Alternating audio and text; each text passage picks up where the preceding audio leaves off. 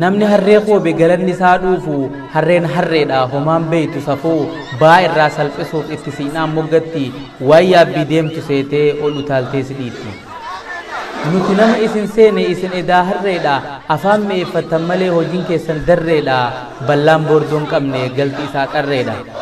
boru wayyoottaniin bullee oolle isin tirsaa diddanii fijjisitan gaagura kannisni tuqaan fedhu idduuf manaa ba'a mootin isaa tuqamnaan lolee dhangala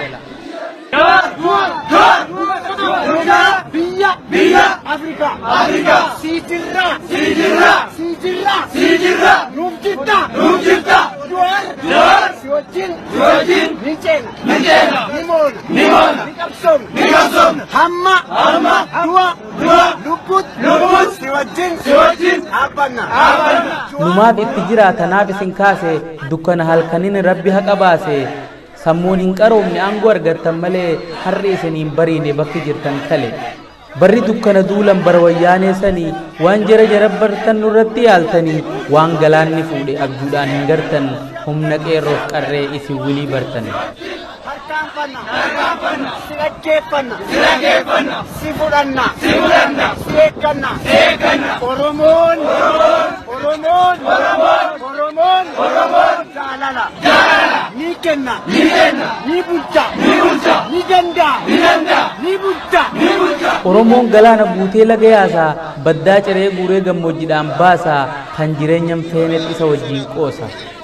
daddafaa deebisaa kan fuutan amaanaa haqa ofii deeffachuuf qeerroon baate manaa dirree lolaa seentee qeerroon hin moohamtu hanga diina mootee injifannoon galtu herrega ida'utti dafaa dabalamaa nutti iyyaa jirtan galgalaa ganamaa Oromoon hir'atee hin koru gonkumaa nafxanyaa fe'atee qarree seenuuf deema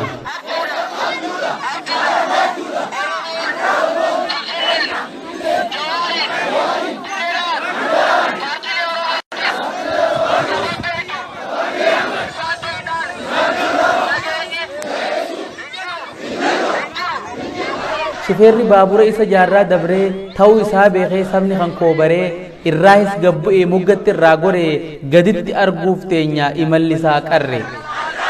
warri raroo nafxanyaa fuudhee jara rarra'u ajaja sirna kalee kan hobbaasuuf dhama'u qancaree hafa malee abadan bakkan ga'u yaanni lagalcheene Oromoof hin ta'u damee mukaarra ta'anii ofii gadi muru gaafa waliin kufee kan salphaanuu diru umrii hin dheeratu addunyaarran turu haqa galuu dideef qeerroon waliin labsee galfatan hobba hin diinni karaama isee deeffachuuf ganamaan hirriibaa ol kaase murti gamana si abbaa maayikii gamana si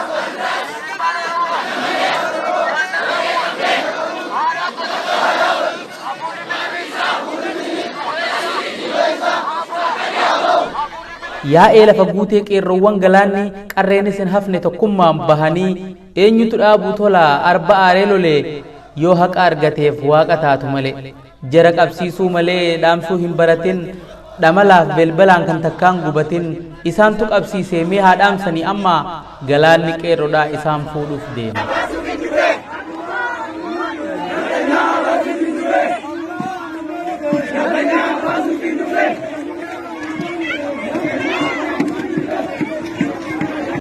Oromoon obsaadha garaadhas bal'ata gaafii deebii dhabdes yerumaan eeggata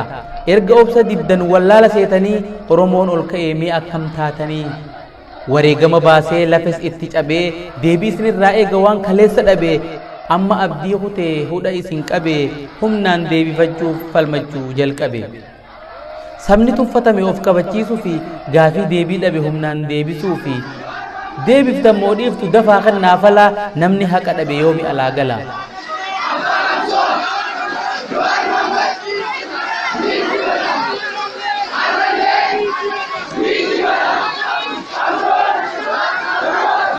ilma abbaa gadaatin osoo dhaadannuu sitti ibidda hin dhaamne qabsiftan biyyatti yaadan nafxanyoomuun kana nama muddi qeeroo too falmadhuu qabii itti muddi qeeroo too falmadhuu qabii itti muddi